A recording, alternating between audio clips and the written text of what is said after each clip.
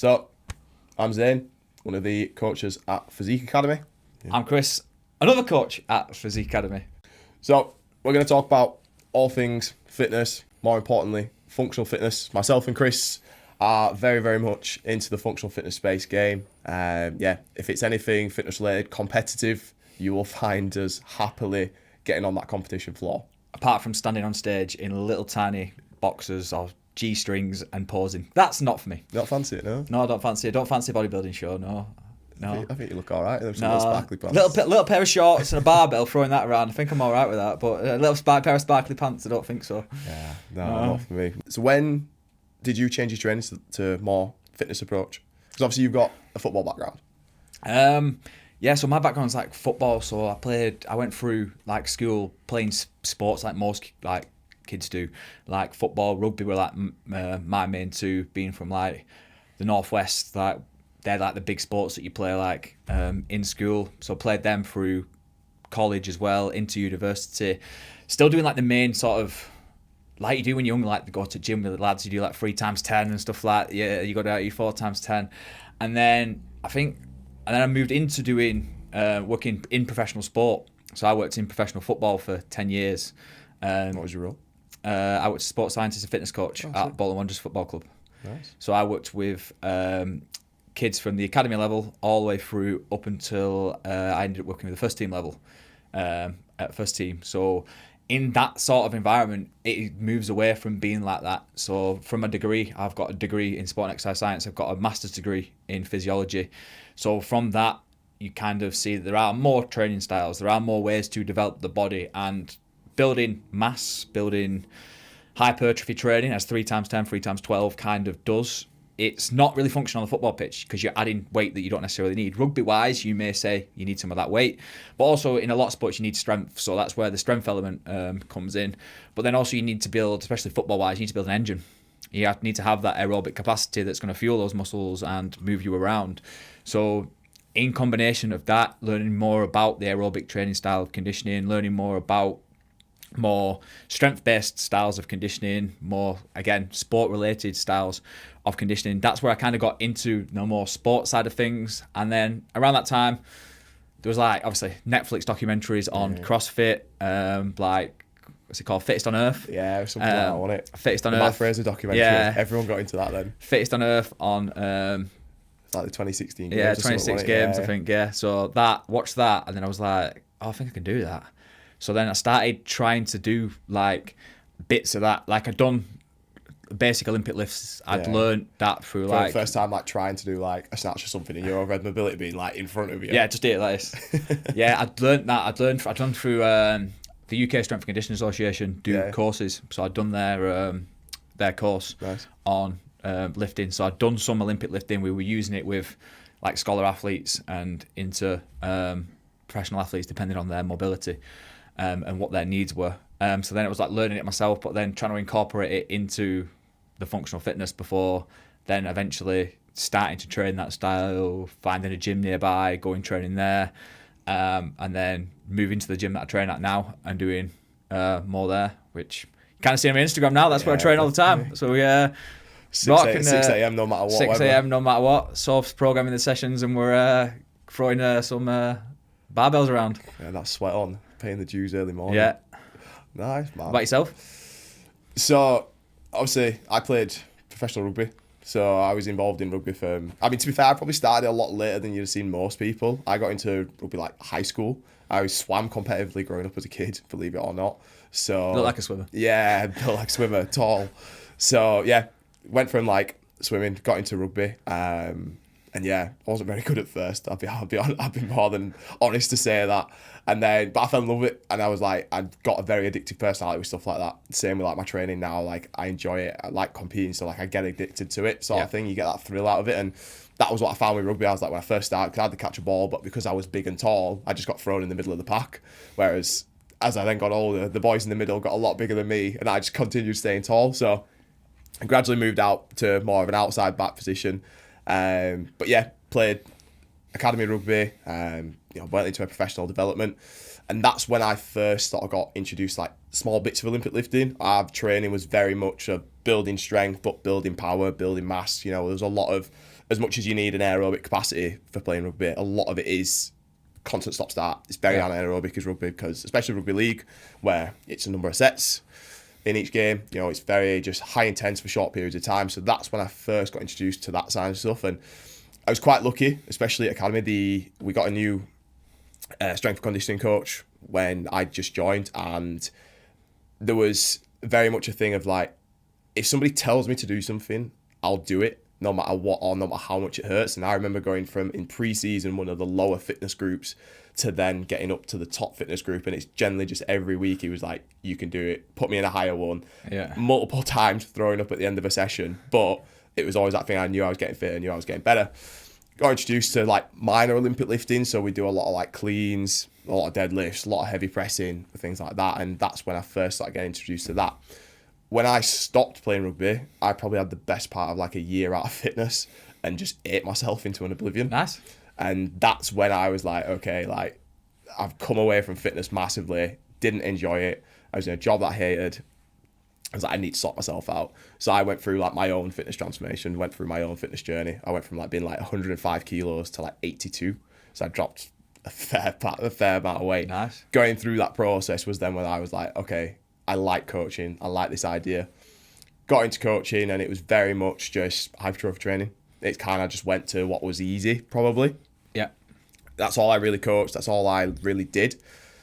But there was always that element. I was like, I'm bored of it. Like every day doing like a push-pull leg split, you know, trying to change that up to doing a bro split, to doing an Arnie split, whatever it was, but you're still just pressing and pulling in different movement patterns. And I was like, this is a little bit boring for me. And I got chatting to a member one day, and they'd mentioned CrossFit, and I was like, and I had that very much like kind of bodybuilder's mentality, being like, oh no, I'm not doing any of that CrossFit stuff. And then, I'm stiff. Yeah, literally. And then I started looking into it, and that's when I found the documentary, Matt Fraser, watched 2016 games, and I was like, all right, these guys are jacked, and like they're fit, and like this looks, you know, a little bit of me. Fun. So found like my local box, and that's when I was like, okay, I'm gonna give this a stab. And I remember telling the lads I worked with that I was gonna do it, and they were like, oh, what are you doing that CrossFit stuff for? Why are you doing that fitness stuff? Like, it's all bodybuilding. Because they were all like, really just bodybuilding. No, like your cardio was Stairmaster, and that was it. And the thing that got me was like when I needed to get fit is I remember walking, we had our change rooms in the gym were upstairs, and I remember getting to the top of those stairs and my Apple Watch triggering like my heart rate, and I was like, I used to be so fit, and like I looked good, don't get me wrong, great, I looked physically great, but my fitness was on its backside. And I was like, I need to sort this out. So that's when I was like, I need something competitive, because I'd been grown up and I'd done so much of playing professional sport, always wanting to win. You know, been in a bad mood for a week after losing, or best part longer than that. You know, sacrificed a lot of stuff. I was like, I need that competitive edge. And then when I realized that you can get into like the functional fitness spaces, that was growing a little bit. So I think I got into it probably a little bit after you, and it was still quite growing. The sort of like CrossFit as a sport, like Hyrox was like just becoming a sort of thing, and it was gradually building. I was like, okay, if I can get into this now, I feel like as it becomes bigger, like it'll be a lot more enjoyable as well, because it'll be a lot more like stuff accessible. And I'll never forget my first session, as I think most of us will do, because I'd gone from not being very fit, and I got my ass handed to me by the lass that I paired up with, and it was the most humbling hour of my life. But afterwards I was like, yeah, this is good, like this is something I can get better at. And then it was that thing of like just week by week seeing yourself getting fitter, learning new movements, getting that introduction to it. And yeah, I remember like first time like trying to like snatch something, and my overhead mobility was just, there was nothing there. And yeah, just got into that, and I got addicted to it very quick. Like that drive of just something new and just all these new things. I was like, yeah, this is a bit of me. And then when there was that competitive aspect, literally within like 4 or 5 months of getting into like the box, I was like, I want to compete. I was like, I just want to taste that competitive floor. And yeah, and then from there, probably not turn back. I've been in doing functional fitness and sort of CrossFit and that kind of stuff for the best part of like 2.5 years now, maybe. And yeah, it's only going to get bigger as well. It is, and I think, like you said, that competitiveness of functional fitness, it is what can spark that change. Like the bodybuilding side of the gym, yeah, it is competitive, but you don't get the endorphin buzz, I don't think, in terms of, you do with some, like if you're really pushing those heavy weights. But I think with the functional stuff, you get that buzz every session. And like you said, you got your ass handed to you by the last in the class. Like, do you know what I mean? She came along and just went, Short pair with me now. yeah. Like, so I mean, she came along and just said, do you know what? You can try it, but I'll wipe the floor with you. Yeah. It's like Soph, who runs the my gym. Like, I've trained with her, George has trained with her, yourself has trained with her, and she'll wipe the floor with everyone. Yeah. She'll just leave you on the floor in a mess, gasping for air, and just say, yeah, thanks for trying. I think that's the thing with like the competitive floor as well. Like, you think, like, I've had it so many times, I can imagine you have as well, where you feel like you're in such a good position, you've done your training for the last 6 months, you've been on a great block, you feel great, and then you rock up and you're like, holy shit, what have these boys been doing? And it's, What next level is that? Yeah. I want to try it. But again, it just gives you that drive to push to that next level. And like you said, like, keep pushing and keep developing, like, the skills that you can develop, there's movements that you can develop. You can always kind of do that Metcon faster, kind of do that workout faster. Like, CrossFit itself has the benchmark workouts, and they're always good to keep assessing yourself on. You can keep testing yourself, right? Can I do Grace any quicker? Can I do Fran any quicker? Question yourself, why am I doing this again? Like, but still saying I'm going to have a go and try and get myself quicker.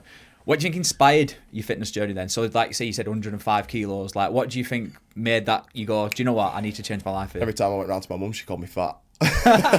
See, do you know, like, again, it's an inspiring reason. Kicks in straight away. Literally, like, I think, as most people will do when they've sort of been in that position, because I'd been involved in sport from a young age, it was kind of that aspect that, and until I got to college and did sports science, I didn't really understand nutrition. So I kind of I ate what I wanted because I was so active. Yeah. Like, in school, I did every after school club. Like, I was always get pulled out of last lesson 10 minutes early for PE because we were competing somewhere. It was basketball, it was badminton, it was football, it was rugby. Like, I was always doing something. So, and especially being younger, because you're so active, you know, walking to and from school, like, I just ate what I wanted, realistically. Don't get me wrong, like, at home, my mum was always very much like, eat good foods, but there was no portion control, nothing like that. And I kind of continued that, and then even when I learnt more about nutrition, I was still very active. Like, when I was in college, I was playing academy rugby, so my setup was very professional. Like, the college course that I did monitored our training schedule, and I'd train twice a day. So we'd have gym in the morning, then we'd have a field session on a night. So I'm doing an hour's gym, I'm doing 2 hours of field on a night. So same sort of thing. Like, my entire day was just around fueling myself for training. And then when I stopped training, I kind of continued that. I was like, keep the fueling going. I was still eating like I needed to fuel up, and that's obviously when I got bigger. And I think because you've never really packed on weight or anything, have you? Have you gone for anything like that before? I've done some, like, building strength and size and stuff like this. I've never done a full... Been out of shape. I've never been out of shape as such. Like, I've always played sport like yourself. Yeah. And then I went from playing sport into university, still playing sport. And then I went into a professional environment working, and there's kind of a standard to hold. Yeah. So if you are the fitness coach and you're giving advice to professional athletes or people that are athletes, if you are out of shape, they're going to look at you and say, listen, why are you telling me? Yeah, you can't even do it yourself. Do you know what I mean? So, and again, I think being in shape, it automatically presents... You've got instant authority, haven't you? Yeah, instant authority. But in any form of environment, if you are in shape, like, it kind of says this guy's committed to something, or this guy knows what he's doing, this guy is committed to improving his health, improving his life. And like you spoke about the running side of things, like, when I first started, I was all about the strength training, the building. I never really did any cardio. Even though I was working in a football environment, even though I could program running sessions, I could program on-pitch running sessions, I could program a treadmill session to improve aerobic capacity, to improve your VO2, to improve your lactate tolerance, whatever you want, I will program that for you and we can go and do it. No problem. Could I do it? That was the question. Probably not. Yeah. And then when we got a change in management and we got another senior like sports scientist, because I was like one of the junior ones, he was very much into his running and into his actual physical training. He did triathlon and stuff like that. And I remember at the start of pre-season, he took the players on a run, and it was just laps of this track. And he literally ran them into the ground. Yeah. And it was impressive to see someone just run them. And you could see the players' faces. Especially when they're athletes as well. Yeah, especially when they're athletes. And it was an automatic respect thing. Yeah. Like, literally, they were like, this guy's for real. This guy knows, this guy, like, literally can torture us. I think as well, it falls into that thing, like you say, that respect. I think, like, it's having that respect for yourself. And I think I lost that. Like, generally, like, I know for the fact that when I got out of shape, like my mental headspace wasn't in a good position. Like, and I became very blind to it. And I kind of just, it was always... Like, I remember, like, when I started then getting back into going to the gym, but then I'd go and reward myself because I've been to the gym today, I've done an hour's like strength training, I'll go for dinner tonight or something. And I did become very like oblivious to it. And even though like I'd maybe go to the gym like 2-3 times a week, or some weeks it'd be like 2 because I just didn't want to get out of bed that morning, I did become very like oblivious, and I sort of came blind to it. And the big turning point for me, I'll never forget it, I still have the photo on my phone. It was a New Year's and I was in a pub with my friends and I had a photo. I always wore black. That was the only colour I'd ever wear, because black's slimming. So yeah, I'm still wearing it now. A bit different now. I've got cramp in my chest. Oh, fuck. Yeah, I always wore black, and I had a black t-shirt on, and in the photo you could just see like a stomach overhang like from my like where my belt was, and like I knew my belt was getting tighter, and I saw that photo, and that's when I was like, okay, I need to do something. And that's when I was like, right, okay. And then from there, I've never looked back, and I'll never go back. Nah, that inspiration to change. I think like once you've got the inspiration and then you find a style that you like, I think, or a training style that you like that suits your lifestyle, I think that's what clicks. Yeah. And that's what keeps you going. Like, we're all designed to be active. Like, that's what we were through the rest of evolution. Like, we're not designed to sit there and be sedentary. Like, when you sit there and you feel tired, it's because you're being too sedentary. Like, once you start moving, you start being active again, you get those extra bits of energy. And I think once you find something that you love, it could be running, it could be cycling, it could be functional fitness, it could be just hitting weights in the gym. Like, everyone's got their own styles. And I think once you find that style that you appreciate and that you can see benefits you, I think that's what gives you that drive to just keep doing it and keep turning up. I have a big approach with my clients, and I know you'll have a very similar one, with us being very similar in this sense, but I always say you need a North Star. You need that something to work towards. And I think I especially need this when it comes down to like my own training, because I think it helps hold you like that extra bit of accountability. Like whether you're training for a half marathon, you're doing a full marathon, Ironman, you've got a Hyrox, a CrossFit competition, whatever it is coming up. Like there's all these new sort of types of fitness that are coming up into space. I think having those like dates in the diary, because what I find is like sometimes it can like, and a lot of people experience this, training can feel a bit mundane at times, because you're doing it every single week. Sometimes you don't actually feel yourself getting any, you don't think you're getting any better. I think it's always that element of being able to then retest yourself. And a big thing I say with like a lot of my clients who've competed in the past, regardless of the result, it's that aspect of, okay, what's gone well? What do you think went well? What can we work on? And I think it's that constant reassessment of evaluations. Let's highlight weaknesses, etc. Like, you've done a half marathon. Okay, I really struggled on the hills. Right, okay, let's get you better working on the hills. You've done a Hyrox. Oh, I really struggled on the rower. All right, okay, cool. Let's look at some rowing condition. CrossFit wise, I think my snatch could have been a lot better. All right, cool. Let's look at a snatch. But like, you've constantly got that reevaluation. You've constantly got something extra to work towards. And when it comes around to retesting it, you're like, all right, okay. It has been, and I think having those dates, I know you're a lot more intense with this than me. I'm kind of like, I need at least something every quarter, whereas I know you're probably like everything every 2 weeks at least. But in terms of having a North Star, I like having a competition or something in the diary. Even doing functional fitness, I think if I don't have something, I can kind of not become disengaged with training, but I think I become less motivated in certain aspects. I might not push myself quite as hard. Like, I'll still go and train every day. Like, I'll never not train.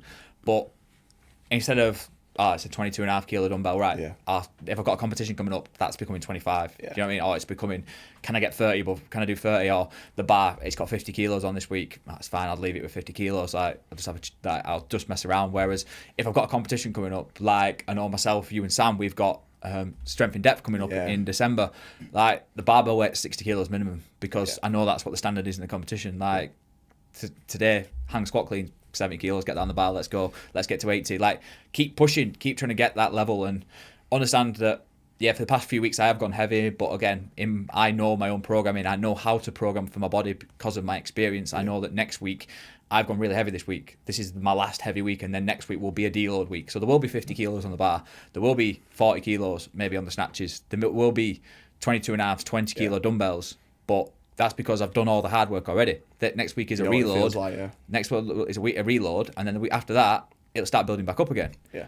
But some people have that without that program, without that knowledge. That's when they can fall down, because they can keep pushing and pushing and pushing, and that's not necessarily going to hit. With this side of fitness as well, I feel like it's gradually, I think because we're involved in that side a lot more, we see it a lot more. But why do you think, like, this sort of like functional approach is becoming so popular now, you know, obviously, especially like here in the UK, you know, obviously it's worldwide, like high rocks obviously a massive upcoming sport. Like that is everywhere now. Like I feel like everyone is a high rocks athlete almost, but you know, we obviously see CrossFit getting a lot bigger. Here in the UK, obviously we have Athex, but you know, there's all sorts of these, you know, the US, if you look at Spartan race, obviously high rocks is getting quite big over there as well. And I think fitness in general and running, like you look everywhere now, everyone's got a run club. You know, every city, every town, every state has some sort of big run club and stuff. And this like element of fitness that's not just gym related now is becoming so much bigger. Like obviously we've noticed that, but why do you think that's becoming such a big part of like the industry now? I think because it gives you a score, gives you something relative to work towards as well. Like you get a time on a marathon, you get a time on a half marathon, okay? You get a high rocks time, but not only do you get a high rocks time, you get a split on what did you do on the rower, what did you do on the ski, what did you do on the burpee broad jumps, what did you do on the lunges, what did you do on the sled push and pull. There's all different elements you can work at, and the same with a Spartan race. Like I did a Spartan race, right? Did you do the run fine? Fantastic, right? What about the monkey bars? Terrible at the monkey bars. Do you know what I mean? What jumped over the fire? Yeah, fantastic. I got over the fire pit. You know, you can see the different elements that you can go and work at, and then next time you can then go and hit them again, like, and you can kind of work on different sections, but at the same time, everything's a different element. Like, for example, let's take high rocks. Sled push and pull is a strength-based element, both of them. Okay, but then you've got the two cardio-based elements in the ski and the row, which are a bit more technical, along with the actual run itself. Then you've got things like the burpees and then the farmers carries. So there's different elements that are going to work. So it's not the same as just going to a gym and just lifting weights, which is just a sequence that's kind of repeated over and over and over. The only increments you're going to see is the increments in the weights. You're not going to see how this translates to a performance on a field or necessarily against somebody else. You may see someone in the gym that lifts more than you. That is it. But even if they lift more than you, that's it. Like they've lifted more than you. However, I could beat you on the run on a high rocks, but you could wipe the floor with me on a sled push or a sled pull, because to be honest, you probably should, because you're bigger and heavier. So you should be able to move, but you should be able to move that mass. That mass moves mass. You should be able to move it faster if you've got that power. Yeah. And coming from a rugby background, you should be able to do it. I think a big part of it as well that's probably massively overlooked is, especially when you look on social media, everyone's in shape. Yeah. I think that's probably one of the biggest, most inspiring things for a lot of people. And I think it's that element of, you know, because almost your intensity is so high as well, like you naturally will obviously burn more energy throughout the day, but I think it also falls into that, you know, you become a product to your environment. At the end of the day, if you're going to be training in the gym where guys are taking their shirts off, they're all shredded, they're all in great shape, all the girls look great, do you know what I mean? Like when you're in this situation, you're going to want to become a product. You're not going to want to become that odd number that's, you know, the guy who's a little bit nervous to take his shirt off sort of thing. Like you want to be able to be involved in that section. You know, you're doing your competition, you want to be able to like take your shirt off, get some photos afterwards and have that confidence side. And I think that's, especially as I've been speaking to some of my clients, that's something that they kind of want to work towards. Like, oh, there's this guy at the gym and, you know, he's not only better than me, but, you know, he looks better than me. And, you know, it's that competitive aspect and stuff. And I think when you're, like you say, you become a product to your environment. So you surround yourself with those people, you're naturally going to then merge into that kind of section of it as well. Yeah, I think as guys, we're naturally competitive anyway. Yeah. Like, guys are naturally competitive in terms of against each other. And I'm not talking about in an aggressive way. I'm talking about they just want to compete. They just want to keep it healthy. But they just want to do something that's competitive or like that's got something. Whether it's like you see guys gaming, like that's a big thing that's taken off, and it's one of the big things I think is why people are so sedentary. But because it gives people a purpose, they get that win, right? But physically, it's not doing anything for anyone. Whereas you can go and do something, for example, like high rocks, like a half marathon, like a marathon, and you are competing against people, whether it's people from your own gym, whether it's people that you don't even know, but it's giving you something to compete against, but you're competing against yourself. Like that little voice in your head that's saying, go faster or go slower, speed up, you can beat that person in front of you, you can catch that person. And because everyone's doing it together, it is like an inclusion as well. Like when you are on your own competing in the gym, just lifting weights, it can be boring, but when there's someone next to you, like emptying themselves like on the ski erg and they're pulling faster than you, that gives you that spark to say, I want to be able to do that, I want to pull the ski erg that fast, and you're there next to them trying to do the same thing, and you get caught up in it, and it gives you that adrenaline boost and buzz. And like you said, I think it's like I said, you want to be that other person, that if someone is looking better than you, if someone is moving faster than you want to again go and do it. The same with like entering any functional fitness gym, the guy's doing burpees over the bar so much faster, I want to get to that level.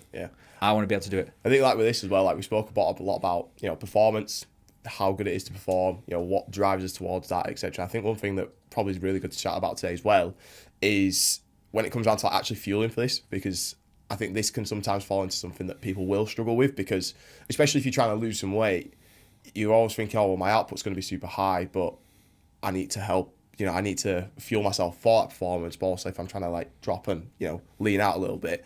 How do you go about, you know, fueling for day-to-day training? So day-to-day training, I'm very simple with my diet. I just have the same standard staple foods throughout the day. So normally starting off with either porridge, this is berries. secret. This is the recipe to getting shredded like Coach Kris. No, literally porridge, berries, peanut butter. That is pretty much standard every single day. Nice. Made with milk. Sometimes I'll switch it up and have like egg on sourdough toast. That's Nice. Always have a protein shake as well. Make sure we get that protein in, whether it's with the eggs or not, whether it's with the porridge. Pretty much standard. Black coffee. Mid-morning time, always have a protein-based snack, whether it's one of the Gym Fuel yogurts. Your porridge before you train or after? Normally, training, that'd be post-training. Before training, because I train really early at like 6 a.m., 5 a.m. normally, do my first session of the day. I'm normally just on a banana or on... might be some. Try to get that little bit of carb in before you train. Just some carbs in before training, just to give me that fuel, and then a big refuel after it. Like overnight, generally, if you are keeping your fuel kind of at maintenance level, you are going to get a depletion in your like glycogen levels, because that's what your brain fuels itself and your body fuels itself in overnight. Like your liver glycogen starts to drop quite dramatically overnight, so therefore you need to refuel it, replenish it. So banana, train, back into fuel, back up for porridge, some protein powder.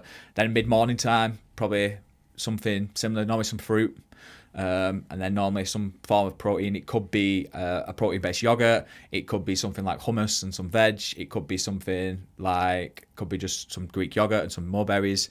It could be another protein shake, just whatever I'm feeling at that time. I don't have a specific thing on my snacks, but generally it is always some fruit-based around there. Yeah. Then lunchtime, normally it's going to be some chicken. It's going to be either a wrap, it's going to be either a rice, it's going to be a pita, something carbohydrate based with some chicken, and then it's got to have some veg with it, whether it's, I think George laughs at me for this, like I've posted it online a few times, a bowl of microwave veg with like random sauce on, like it literally might be HP brown sauce, it might be some tomato ketchup, it might sauce on veggies, that's not right, man. Fruit, HP fruity, like literally could be anything, like just put a bit of sauce on, get some more flavour in it. It could be that, it could be a salad, I could have made a salad, it depends. Like I'll buy like food for a week and then I'll just pick and mix it as I go through, but that's I'll always have a vegetable basis as well. And then moving into the afternoon, normally at mid-afternoon, because I train at like 6 p.m. at night, so I kind of like a 12-hour window between my training sessions. It will be, I need some fuel for that training session. So it's going to be either a bagel with banana, peanut butter, jam, something like that, or banana honey. Is another good combination. Could be a slice of toast, could be some cereal and some milk. Or it could be something just, again, sugary based carbohydrates. So sometimes it's just some sweets, depending on how hungry I am at that time. Calorie Squares bar, just to get that sugar in, normally about an hour, 2 hours before the session, and then go in, train again, and then night time. So evening meal wise, generally this is where probably a little bit more creative based. You got a bit more time, probably not doing check-ins, not doing work, not on phone calls. And I've literally just finished training, so depending on how hard training is, always carbohydrate-based sauce again, whether it is microwave rice, packet rice, whether I'm cooking. Why do you always make sure you get carbs after training? Just fuel. Again, training's going to make sure it's going to deplete our glycogen stores. It's going to, again, drain our energy sources. We're going to make sure we need to replenish that, get it ready, because I'm training next morning. I'm back in it the next morning straight away. Also, it's going to help recovery. It's going to help, again, shuttle the energies back to the muscles, replenish everything that we need. Same, get the protein in, repair that damage, start building, get big and strong. Got to keep going, aren't we? Again, fuel the muscles with some protein. So it could be, again, chicken breast, could be some beef. Generally, chicken and beef are the main two meats that I eat. Do eat fish as well, so stuff like salmon, oily fish, get the omega-3s. Do like the odd fish finger sometimes, though. You can't go wrong with a good fish finger. Fish butty. Fish finger butty. I've not had one for a bit. Fish finger butty with tomato ketchup. Yeah, good call. I like that. But yeah, can't go wrong with a good fish finger. And then, again, always a veg, but it could be part of it. It won't necessarily be a bowl with veg like sauce on, like it is around lunchtime. It will be mixed in, so it could be peas if I'm having steak and chips, for example. It could be some stir-fried peppers, broccoli, things like that, done with some teriyaki sauce, for example, mixed in with some rice, mixed in with some noodles, mixed in with some chicken. So that variance is there, more in an evening, just because time-wise it's a lot easier. And do I meal prep? No, because I don't necessarily want to be fixed to that certain meal. If I've got a constriction on time, for example, today we came here to record this fantastic podcast, I had meal prepped a breakfast and a lunch because I was training this morning. I knew I would need some food, got some lunch as well, because time-wise, I knew that I wasn't efficient. On a normal day, I've got the time to cook these foods. If I don't have the time to cook these foods, for example, competition day, I will prep what I'm going to eat all the way throughout the day. I will make sure that it's all ready. If I, for example, I make a stir fry, then that generally makes 2 or 3 meals. So then the next few days I will have that food. But have I specifically meal prepped for those next meals? No. But does it allow me to make sure that I'm eating healthy because I've made a big batch? Yeah, it does. It's fantastic. It works. It works for me. But I think meal prepping, if it works for you, great. If it helps you stick to your diet, great. But again, if you want more variance, create that time window and cook. I think with meal prepping, it's like use it as and when. Like if you need it because of how your day works, then you're gonna have to use it. And I like the thing that you mentioned there. Like I've mentioned this to a lot of my clients. Like if you want that variety with your food, whatever you have for your evening meal that night before, double it up. Yeah. If you make a big stir fry, double it up and then take it for lunch the next day. And you've not got. So I think the thing that puts people off meal preps a lot is that food sat in the fridge for like 4 days, and you've had that same lunch for the next 3 days or anything like that. It's like if you haven't got the time to actually spend 2-3 hours on a weekend or whatever, 'cause, some people can drag the meal prep out and you don't want to get too creative with it. Whatever you make for that evening meal, bulk it out, take it next day. You make a chili, you've got that for lunch the next day, and you've just got that approach, and it just makes life a lot easier. As and when, like if you've got a lot of travel and stuff, then you're gonna have to, like, you sometimes just gotta bite the bullet and be like, right, okay, I've gotta look at my day. And I think it's just that constant looking. I have a saying with a lot of my clients, and I have this negotiable myself, is like your weekend self, or that day where you're off work, if you don't have your weekends off work and you have a Wednesday, Thursday off work, like those days where you do have that bit more free time, you've got to look after your future self. You've always got to I think you've always got to be looking for, okay, next week, what's my schedule like? I use a calendar a lot. I'll look at my next week's schedule. I'll look at my diary, where my calls are for the week, etc. And everything's planned around that. Everything's planned around a work day. Everything's planned around any travel. Everything's planned around training. And then you've just got to constantly be looking at that, what's that next step, and then work yourself backwards almost. And I think that's the best thing to do with your work, with like any sort of work approach. I've got travel the next day. Right, okay, let's start looking at where you're going to be able to get food. You're not going to take meal prep on a plane. Okay, what have you got access in that airport? I know for a fact if I fly from Leeds Bradford, I've not got a great access to food, so I'm probably going to eat before I get to the airport. Whereas if you're flying from like a bigger airport, you go down to one of the Londons, or you're flying from like Manchester Terminal 3, where there's a lot more option, you've got a bit more option. You probably can get something to eat there because you can get a slightly better choice that's not Burger King, for example. Yeah, most airports, well, UK-based airports, that's where we're both from, do have these options. Like, I know, for example, Manchester Airport, Terminal 2, just been done up. If you go to, for example, Pret, chain, UK, Pret Manager, or Manager, whatever you want to call it, I don't even know how you pronounce it. They do salad bowls. We're Northern. If you're from down south, it's Pret Manager. Yeah. You can get the salad bowls, and they do like big bowls, and they do a salmon one, which is pretty much good chunk of salmon, good piece of protein, and it's got the mixture of some edamame beans in there. It's got some veg, it's got some sauce, it's got some lettuce. It's going to give you a decent meal, and it's going to give you the protein you need, and it's probably going to give you a good balance of. It's going to give you a good balance of fats and veg for that one meal. But equally, next door there's an Archie's. You can get burgers, you can get chips. Okay. It's about making those right choices. All right. Because I know when I flew to the US last year, I went to have the salmon, and also I know there's a WH Smith's across there, and they sell barbells, protein shakes, ready mixed. Okay. And I bought 2 of those for the flight to the US because I know I'm on that flight for 8 hours or more. And I'm going to need a protein fix. And on that flight, I am very unlikely going to be able to get hold of a protein fix that's going to sort what I need out, hitting 25 grams of protein. So I've got 2 shakes in my bag. Need Elon to sort that out. Yeah. One-stop shop for protein. Yeah. But I've got 2 shakes in my bag. That's me planning for my future self. That I need that, just like you mentioned about planning for your future self. Like, I got it all prepped. And I also bought a chicken sub sandwich from Pret as well. Quality of the meat was really good, standard. Again, that allowed me to make sure that on that flight, I wasn't really sure what the meals were going to be. Yeah. So therefore, if the meal didn't meet my nutritional requirements, or I was unsure of them, or I was still hungry and I still needed some protein, needed some food, I still had that available to me. Yeah. So I had that in my bag for the trip as well. So it's all about just finding out what works for you, where you can get these things. Like I have clients that travel around the US. Like I know for a fact that Chipotle and Subway around the US, we can get relatively good meals from there. Yeah. That we can control the calories pretty much. We can get good quality salad. We can get good quality protein. We can customize it, can't we, with places like that. Yeah, with carbohydrates. And it's not going to be fried. We can get rid of the fried options. We can get rid of the unhealthy oils. And we can make sure that we are sticking to the plan or as close to a plan without necessarily managing the calories as much. Yeah. So it's about making those choices, seeing what works for you. I have a client that he's been working away and he found that the local store near him sold salads like quinoa salad with some eggs, some veg, and he was buying some pre-cooked chicken, adding that to it, and that was his meals for his lunch. And that was allowing him to make sure that we were getting good quality carbs, good quality proteins. We were making sure we were as close to his diet as possible when we couldn't track. But it's not always about tracking. If we can be perfect, fantastic, but we don't need to be perfect all of the time. But we need to be on the path to guiding us to where we need to be. Like you said, a North Star. Yeah. This is where we need to go. What path can we take to get there? Yes, there's the perfect path, but do we need to go the round one? What we don't want is to go on the path that's taking us the opposite way. Yeah. So speaking of like North Stars and stuff, obviously, we mentioned that earlier in this podcast, we've obviously got a competition coming up with Sam in December. Obviously, I know you've got... Big shout out, Sam. I know you've got something else competitive-wise coming up. So how do you... Like, I know we were chatting a little bit before we started this podcast as well, and like periodization, like leading up to training. Like, what does that kind of like for you? So obviously you've got high rocks coming up first, and then you've got strength and depth. Yeah. So like leading up to those, how will you look at tailoring your training down or tailoring your training up and prepping yourself for that sort of situation? So it's about understanding what the event is.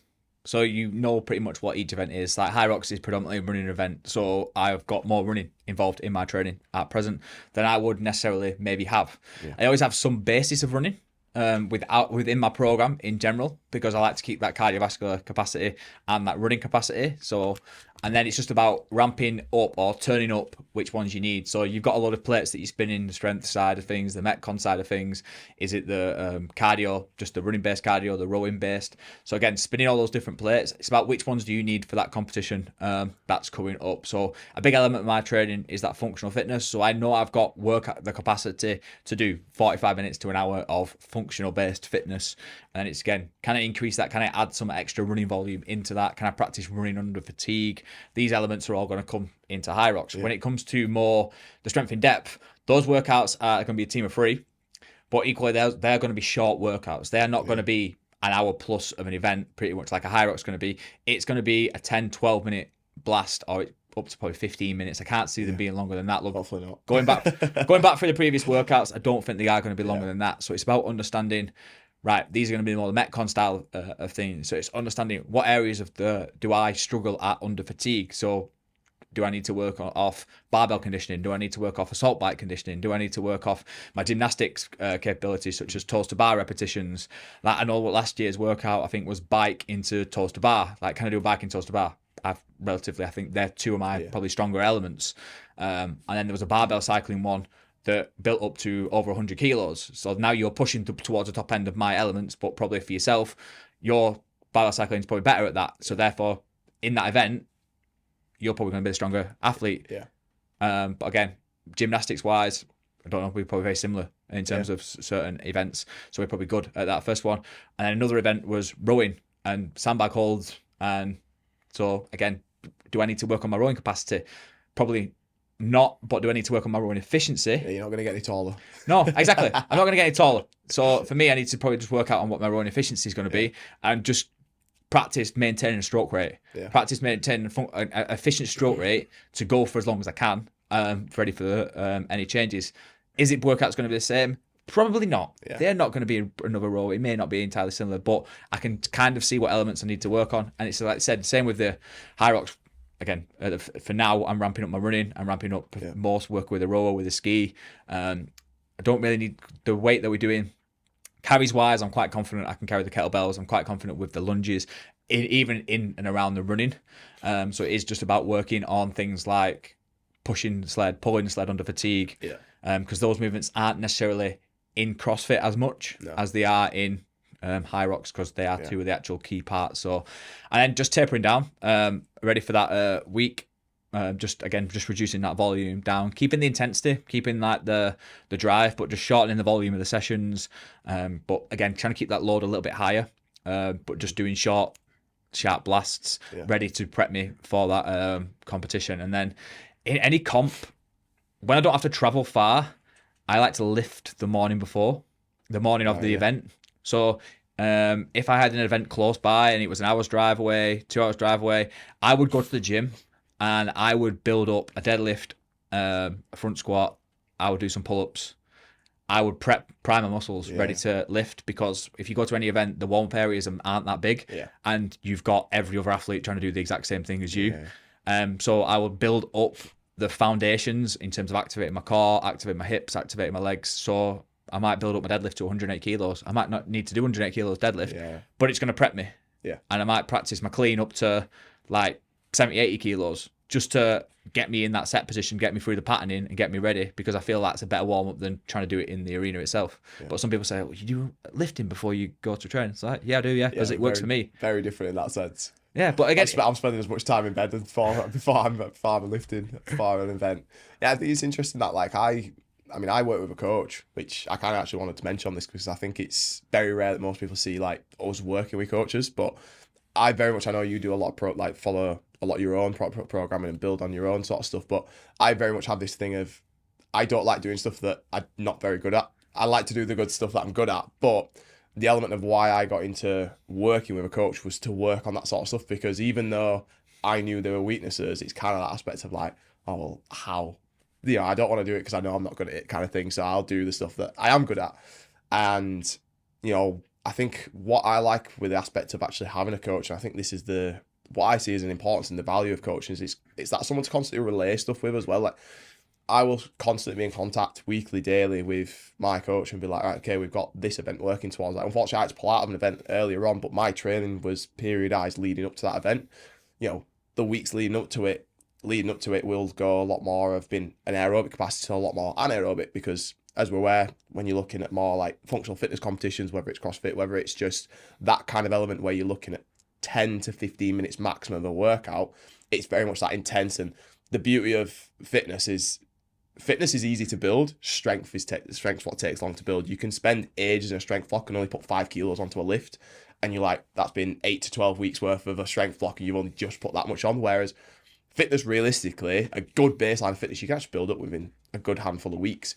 So we'll build to that. And then the week leading up to it will obviously be less volume, but keeping that intensity nice and high, because you're keeping your body and your CNS system ready for what's to come. I'll usually look at taking a rest day. So say, for example, you're competing on a Saturday, I'll look at resting on that Thursday. I'll then do a long sort of format style on the Friday to sort of keep my body moving, because I don't like having that full rest day prior, because I think I kind of feel stiff. Yeah. You kind of like, and you get a bit antsy, you kind of like, I want to do something because I know I'm competing tomorrow. Yeah. And then, on the day, if it's something nearby, I'm still spending as much time in bed that morning as I can, rocking up to registration on the dot of the cutoff.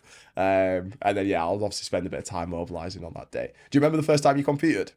I did the Rainhill trials. All right, straight in at the Rainhills, individuals, signed up, did the qualifiers, qualified in the top category. Like 25th out of probably like 150 people, I think, is in the men's category or something like that. And then I remember feeling fine all day, like confident that like I can do all the movements. I could do most of the movements. That's a lie there. I can do most things. You kind of know the workouts, but they only get released just a few days before, so you haven't really got a chance to practice them. You can maybe have one run through, if that. And then I remember being fine. And then at Rainhill, it's basically like a rig down the middle of like an arena. And there's like 26 slots, I think or 28 slots. There's 13 athletes or 14 athletes either side of the rig facing each other, depending on what you're doing. And before your turn, obviously the heat is on before you. And then you sit in a waiting area and you sit on these chairs. Sat in that little pen, aren't you? Yeah, sat in a pen. And that was the moment I felt the adrenaline just go bang. And I was like shaking. Yeah. And I was just thinking, wow. So I don't think I've ever felt like this before doing anything, because my background's team sports, so you've always got your teammates to rely on, and this was just relying on yourself. I've done like runs, like 10Ks, half marathons, but nobody sees you do that. Like, well, people see you do that, but you don't do it with someone. You don't do it where people can literally stand on the sidelines and watch. Yeah. This is like you're walking out to arena and people are stood watching it. It's literally you and that. I didn't find it hard to block anyone else out. I know you're close to each other, but I couldn't tell you what's going on. And I don't know if you're the same. Like when you train in a box, I couldn't tell you what music plays. When I'm not doing the exercise, when I'm sat resting, I could tell you what was on the music. But as soon as I start lifting a bar, I could not tell you what music's playing. Yeah, you kind of go into a weird sort of like blackout, don't you? And you're really focused. Like, you obviously recognize everyone around you, don't you? And then you kind of just go, everything goes dark, doesn't it? And you just, before you know it, you're on the floor at the end of the workout and you've completed it and you're like... Like, you know there's music on because you can feel the vibe in your body, but I couldn't tell you what song's playing. And it was the same then. As soon as, like... in functional fitness, there's always a countdown clock. Jeremy does the 10-second countdown. Seconds. You can see it starting. 10 seconds, you can feel your heart going. Your heart rate's going like this, and then it goes, dee, boom, gone. And literally, it's like a switch. And then I go into like a competition mode. And I did the events and loved it. Absolutely loved it. I loved the feeling of just competing and just testing myself. Like, singles is so hard, I think. But again, it's you versus you. Like, you can, like, you've got that little voice in your head telling you to stop. Yeah. But you've got to keep going. Just like, I think, like marathons, like half marathons, it's you versus you there in those dark moments. Ironman's probably exactly the same. It's you versus you. The same thing, but just like moving weights around, throwing weights around. It's you versus you. You've got to do the best that you can. Can you break yourself and keep going? And that was what I loved about it, and loved every single aspect of that competition. Like, you're braver than me. I did a lot of team comps first. Did a lot of pairs, did a lot of team competitions. Didn't do my first one was Rain Hills as well, actually. But I started in I did best part of like 6 competitions in a year. Started in like January, and then it went till November that I actually stepped on the floor on my own. But I'd done like 4 or 5 different team comps leading up to that. And yeah, I remember that first time like going to do it on your own, and it's nervous. I think the nice thing is with like the functional fitness approach is you've got that ability to be able to do it on your own, or you can do it as a pair, you can do it as a full team and stuff, and you can kind of ease yourself into it if you're not as confident with it, which I think is quite nice because you can kind of rely on other people. And I think the nice thing with like, you know, team competitions, I mean, obviously like you, me and Sam competed, and I think it's that the actual day becomes a little bit more enjoyable. Yeah. Because when you're on your own, you are constantly fixated on your own performance and who's doing where, how you're doing on that leaderboard. Whereas when you're in a team, so you can kind of enjoy the actual day, the atmosphere a bit more. It goes by a little bit quicker, which I think is quite a nice thing. Yeah, I think as a team, you get that bond as well. I think when me, you, and Sam did Defiant Games, when we finished like third. We won't talk about that. Yeah, though. We got robbed. We got robbed. But when we did that, it was a fun day around it. Like, we were having a laugh between events. Like, we were like laughing and joking. We were even laughing during the events. Stuff like that. Like, one of the workouts, like we were doing power cleans and you couldn't drop the bar, and I dropped it and caught it because halfway through, and it was just a funny topic that we were. I remember one of them workouts and saying, "Oh, we won't go too hard on that rower," and then sampling like 2,800 in first 20 seconds and just be like, "Shit, we're in for a ride here." Yeah, straight in, just sets the bar like there, and you're just like, right, looks like Sam didn't get that memo. Yeah. But I think, like you said, that bond, like, it's great. Like, when I've ever done competitions, like, I have Sophie's my coach as well. She's always there, so it's always, you can have a laugh with her, but it's still quite serious. But when it's a team comp, I think, because there's more people generally involved, you get more spectators as well. Because, for example, your half might come, your families come, so you get more people. There's more chat about things, more people watching things. The day just passes that little bit quicker. Whereas when it's 2s or 1s, I think it slows down. But I think it's good testing yourself in all different aspects. I like the beauty of like competition floors, and I really like looking at what's going on around. And what I love to see is like when you've got, you know, guys, girls all competing, but they're like, their families are there, you've got kids there, like some places have like dogs there and stuff. And I was like, obviously I don't have kids at the moment. Maybe it's in the future, who knows? It's maybe a first for my missus is that.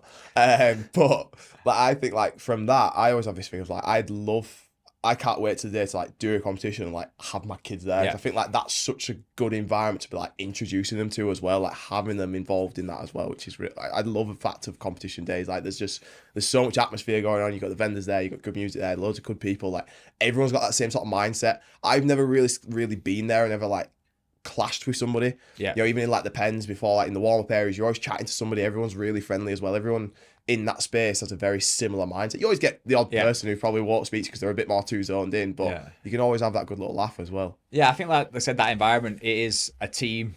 Everyone's working together, and I think it's like ourselves working for Physique Academy. We are a team. Like, we're a group of guys that all want the best for each other. Like, and we're all competing with each other. We all want the best for our clients. We all want the best for what you're doing. Like, you're going competing, I'm going competing. Like, Sam's competing with us. Right, again, all the other lads will be supporting us, saying, "Let's do better. I want you to do so well. I want you to do so that." Like Reese has just done a marathon.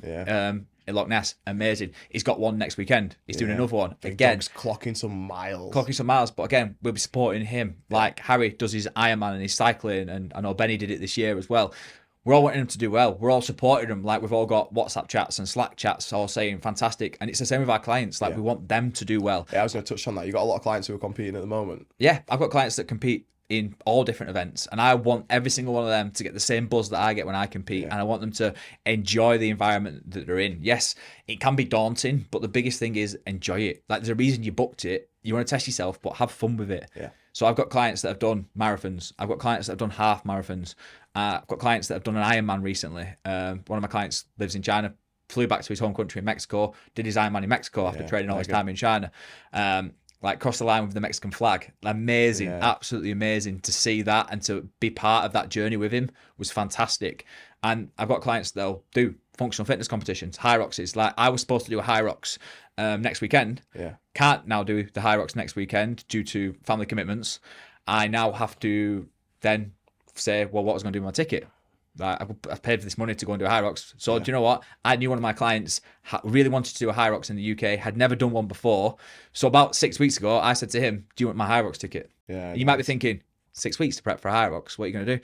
And you may think 6 weeks, it's not long enough. But like I said, he's into his functional fitness. We already have built that basis up. We've already got a good aerobic capacity because we've been doing half marathons. We've done 2 half marathons in the time of training. If I wasn't confident that he could do it, I wouldn't say go and do it, but he's doing the open category. He's never done it before. He's always wanted to do it. It's not about beating a time, okay? It's about going having fun. Go and enjoy it. It's your first event. It's your first time you're doing a Hyrox. Just like anything, if it's your first time doing your half marathon, doing a marathon, doing like an Ironman, like, you might have these grand pictures of, this is the time I want to get, this is what I want to do. Forget about that. Get an idea. You'll get an idea from your training where you can go. Right, that's fine. That's brilliant. Get an idea of what time, okay? Have that in your head, but also understand that this is your first one, okay? There are a number of different complications that could come up. There are a number of different wins that could come up. You could actually exceed it. You could blow it out the water, or you could finish just after it. But let's just go and do it. Let's go and do it and enjoy it. So this is what this Hyrox is about. Once he's done it and we've got those markers, we've got baselines, we can see what times we've got, just like when we've done the half marathon. We did the first one, okay? Then we knocked 10 minutes off it for the next one, all right? We got that plan. We built the plan up. We shaved time off. That's what it's about. Once we've got a goal, but the first one, have fun. Enjoy it. Always have enjoy fun. it, Get there. Any competition. Like, even in second one and third one, go and enjoy it. Have the first basis in your mind. Get there go and early, enjoy it. Get involved in the atmosphere. You know, get used to the event. Like, it's always love it. Biggest for you. Love it. Let it become part of you, and get the buzz of everyone else around you doing the same thing. You'll feel the energy then, and it'd be so much more better you doing that than turning up nervous, shaking, thinking, I've got to get this time. I've got to do this. No, you don't. Like, I've had a client do the Manchester half the other weekend. Like, I said to him, we worked it out. We'd gone looked at his runs. What was he doing his runs in at the weekends? What was he doing his base runs in? What was he doing his interval runs in? What was his threshold runs like? Planned it all out. And I said, right, for this, we're probably going to be looking at round about 5:50, 6-minute Ks for the entire thing. That's what I want you to be hitting. Look at your watch. I don't want us to go any faster. Plan it out. Enjoy yourself. If towards the end of it we can get faster then. Enjoy it, but make sure we finish it and have fun. It was his first ever one. Boom. Literally felt good all the way through. He upped the pace pretty much as we said all the way through. Literally missed out on 2 hours by 26 seconds. Oh, no, so close. Like, again, you could be gutted, but he's so fantastic that he's completed that. Like, his time that he was set on, if we followed that pace, was 2 minutes 10. But he shaved it off completely, and we've now got a goal that we can go sub 2 hours, and we know we're confident we can go sub 2 hours. Nice. So that's what we're going to do next time. We're going to be aiming to do it again. So now we've got another. We're going to book the next half marathon, and the goals are, let's build those paces. Let's see what pace we need to run at all these Ks to get that, and let's work towards it. So we'll do some conditioning work that's faster. We'll do some base work to build his aerobic capacity. We might do some threshold work in the middle, again, around it. We might do some sprint work as well to work on that top end speed and build up on his anaerobic capacity. But we will definitely smash that 2 hour barrier, no problem. Yeah. And this is a client that when he started with me, he was 110 kilos. He started at 110 kilos. He's now at 84 kilos. Yeah. Okay, so that's a massive weight change. He is so much better, he's so much healthier, he's so much happier. It's incredible when you see that. I find as well, like, and this is sort of like probably the last little thing we'll sort of touch on, I found a massively thing with getting the guys to get more involved in that more performance space as well. Running the half marathons, doing a Hyrox, doing a CrossFit competition, doing a functional, Athex, whatever it's going to be, Spartan race, like kind of having those goals as well. You kind of just, you don't become as obsessed with your actual weight loss journey as well. You don't. Because you're so focused on your performance that it kind of just goes hand in hand and just marries together, which I think is massively helpful when it comes around to that side of the journey as well.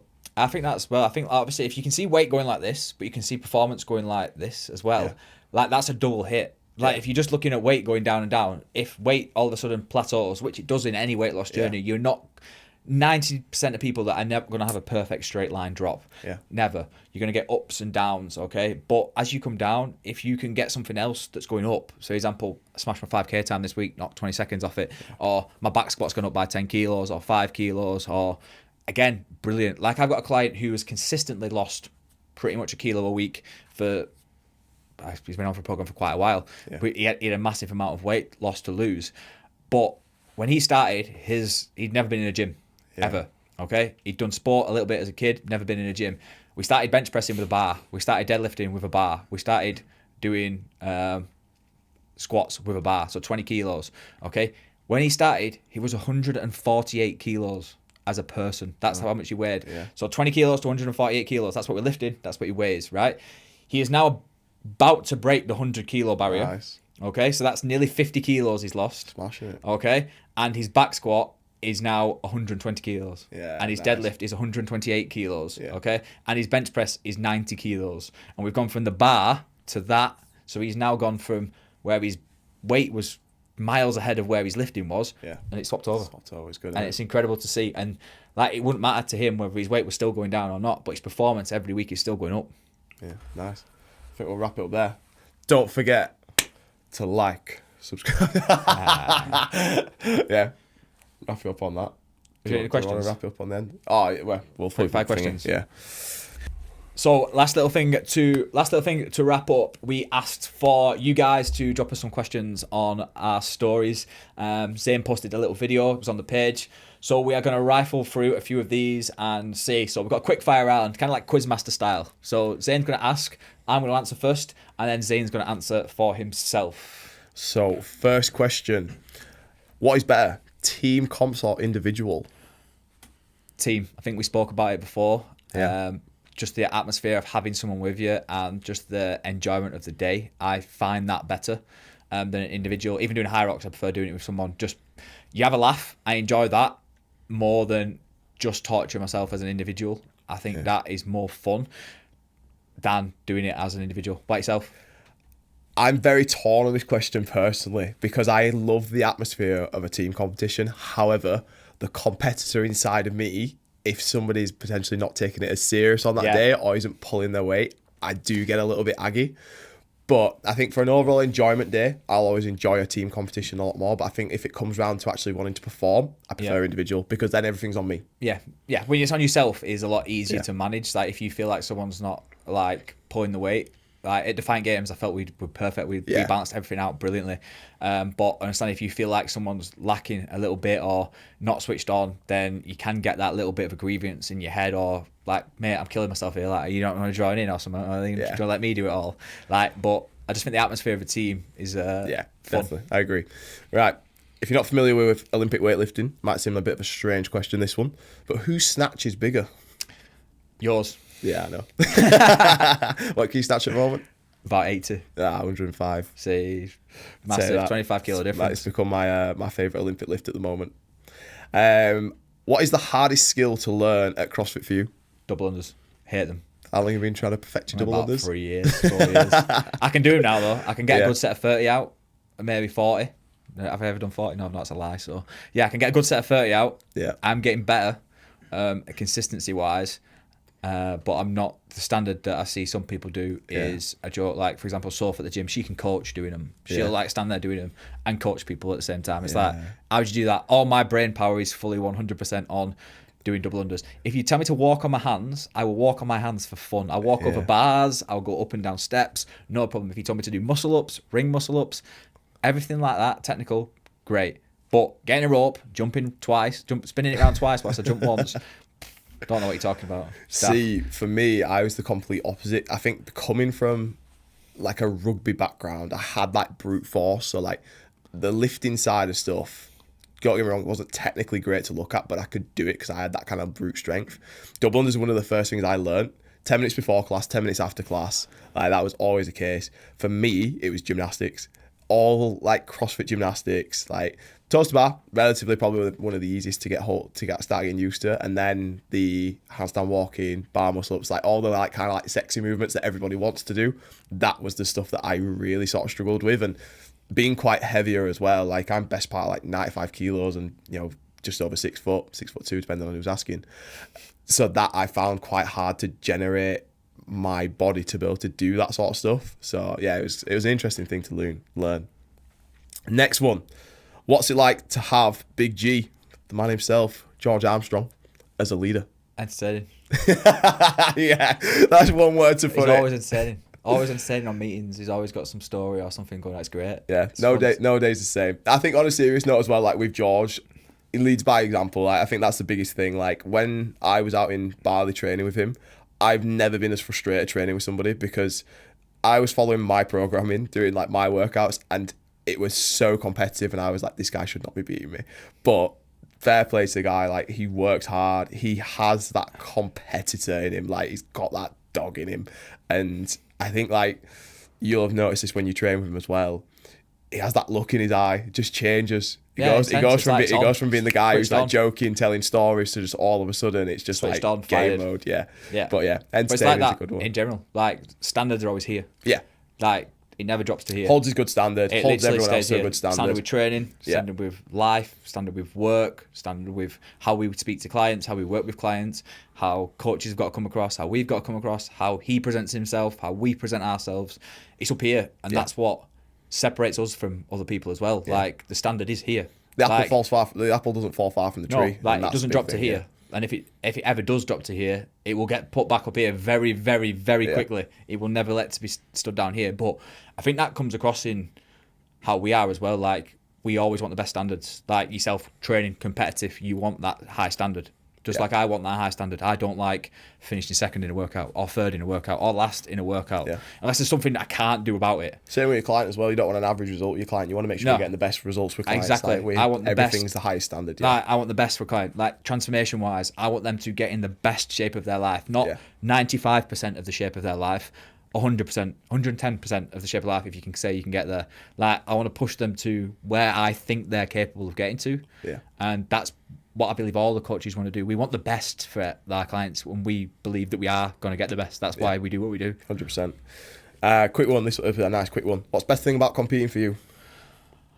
The buzz, enjoyment, having that drive to better yourself and like beat yourself into like a corner. Just the endorphin rush that you get when you like emptying yourself, but the buzz that you get around the guy next to you is doing it, or the team next to you is doing the same thing. That is fantastic. That's what I really enjoy about competing. I literally pat on par with that. Like regardless of like how well or bad you do on the day, it's the day itself. The day itself is always so good. Being surrounded by people like-minded, everybody's there doing the exact same thing. You've just got to sort yourself in that atmosphere. That's atmosphere for 100% sure. Interesting one. How do you fuel during competitions? Do you take any supplements on the day? Anything that you wouldn't normally? For competitions, literally porridge pretty much all day. Yeah, I've watched it. Watched it first time, then a bag of granola. Yeah, a bag of granola, porridge.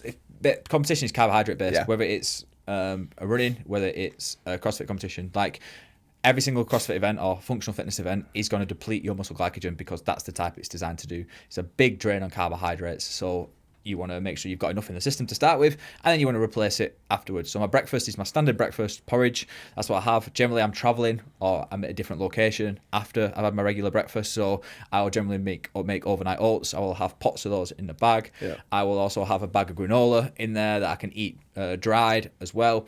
And then I will have things like Lucozade Sport.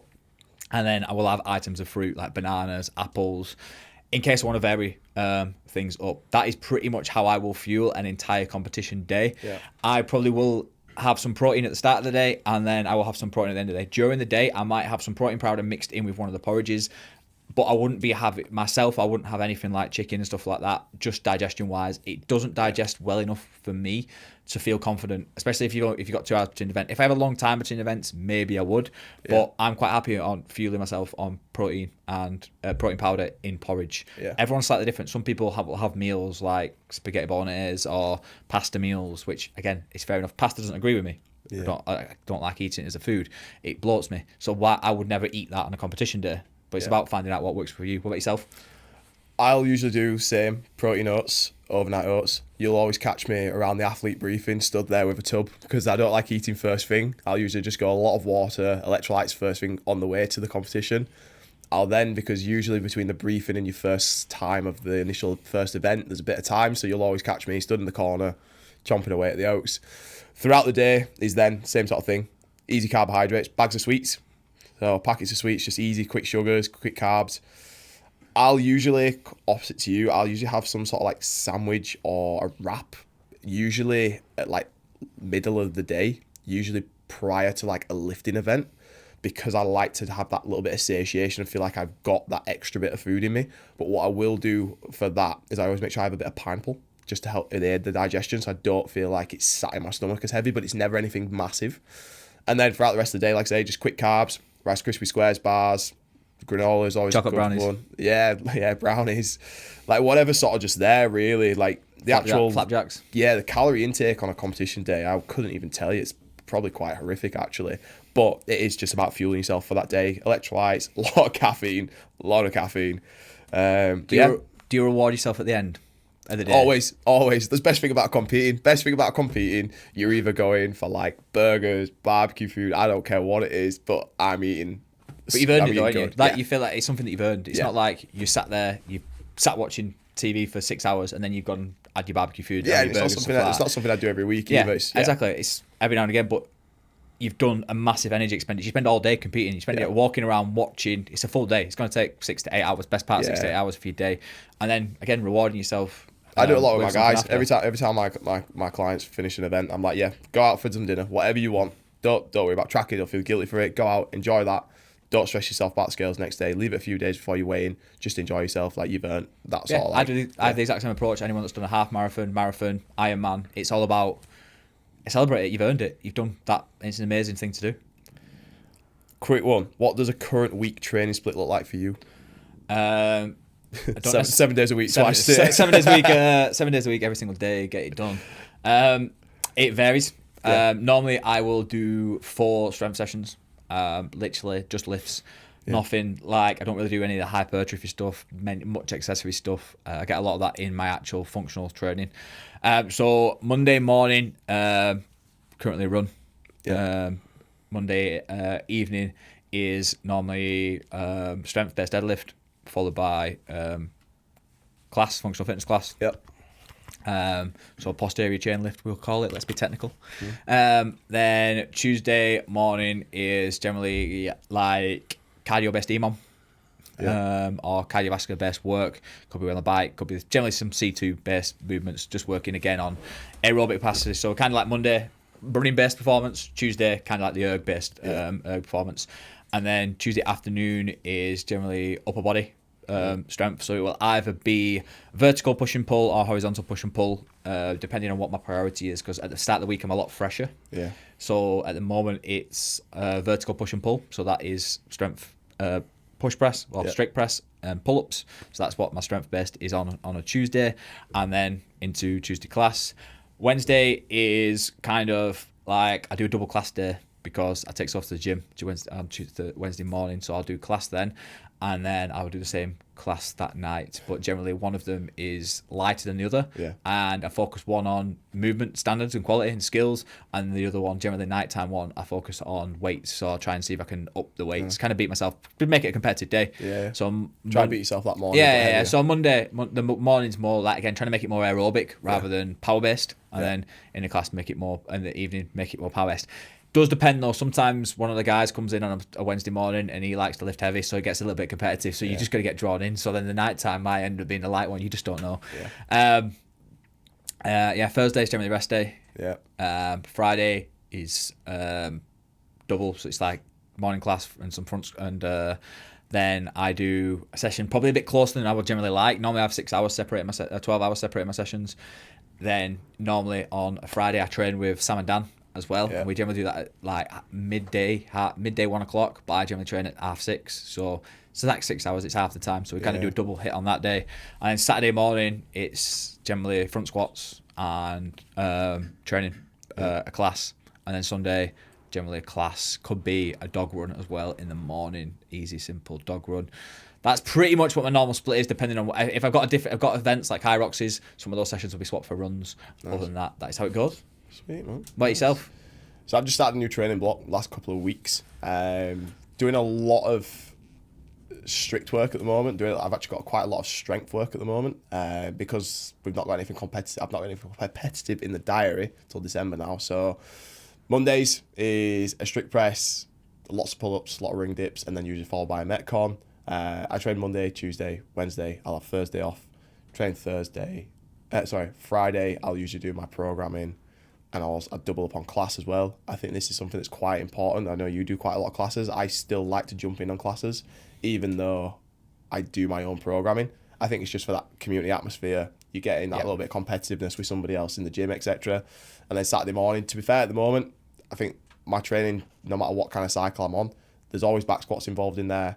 There's always an element of cleans in there, whether it's working on positions, whether it's working under fatigue. Likewise with my snatching, gymnastics capacity in there. I'm doing a lot of bigger movements under fatigue at the moment. So I can do a bar muscle up, I can do a ring muscle up, I can do a handstand walk, but a lot of stuff is doing that skill under fatigue. So a lot of periodization around that, to be fair. It varies week by week, dependent on what essentially I get programmed for. I kind of just do what I'm told, look at my week of training, be like, okay, it's going to get done regardless kind of thing. So, but yeah, Thursday and Sunday is rest days. Thursday I take it off because I don't like training more than 3 days in a row. And then Sunday is because it's the only day I spend an entire day with my partner. So I'm not allowed to train. Banned. Yeah, literally. I know you've kind of touched on this already. Question here, do you still do strength training or is it all just full pace? I'm going to kind of jump ahead in this a little bit. I'm going to cut you up. I do a lot of, recently, I've done a lot more benching, which I haven't done for a long time, especially in this new strength training block as well. I think this is something that you can kind of get sucked into with functional fitness, is just constantly doing metcons and neglecting the hypertrophy and strength training. And I think as well, if you still care about your physique, which I know I do 100%, like I want to stay in good shape, I will still always include an element of hypertrophy training throughout the week. So I've had a lot of bench press lately, as I've already mentioned, pull-ups, ring dips. Saturdays are always good. I have max sets of bicep curls and tricep dips, which is good fun. So I do think that element is very important and you can't get sucked out of it with functional fitness. Yeah, I do think building those strength foundations, then they are brilliant. Like, if you are stronger, then it doesn't matter. Like, the bar weight that you're going to be lifting, it's going to feel lighter naturally to start with. It's going to take less of your capacity to just shift a bar, pressing it over your head, and it literally might be the energy to demand for those muscles that is all that you need to improve, which is a lot actually easier to improve than the strength itself. So that can help. So I always do. Generally, it's generally based around what I am doing. So obviously, I prefer front squats than back squats because it translates more into functional fitness because of the catch positions of cleans and snatches and stuff. So that's why I prefer front squats. I do backward squats, but I might do heavy front squats and then I might do like sets of 10 on back squats. So that might be my hypertrophy element rather than necessarily the strength element. I do strength on back squat, but it's not quite as often as I do the front squat. And then I always do like push press or overhead press, strict press. I always do pull-ups because these are two movements that translate into a massive amount of functional fitness. Having that hypertrophy balance to be able to still hold and maintain a great physique, but still be able to move well. Yeah, exactly. And I always do some ab work Like, I know we do toast to bar in hip like, flexors though. You've got to keep those abs going, man. You got to do toast to bar in class and stuff, but like the abs are those muscles that you see on the photos and stuff. So you've got to do a little bit of ab work. So it's whether it's some sit ups, or whether it's some more leg raises, whether it's doing some dead bugs. It's got to get a few bit of ab works in there as well. And then last question for the day before we wrap up: why would you suggest this type of training to anyone new to fitness? Because it covers all bases. Like I say, it's functional fitness. It covers everything that you need to do. It covers all the movement patterns, whether it's squatting, lunging, hinging, pushing, pulling, pressing above your head, like vertical push and pull, okay? Horizontal push and pull, okay? You've got press-ups in there. You might have bench press in there in some workouts. You might have some rows in there. You might have pull-ups in there. You might have overhead press in there, cleans.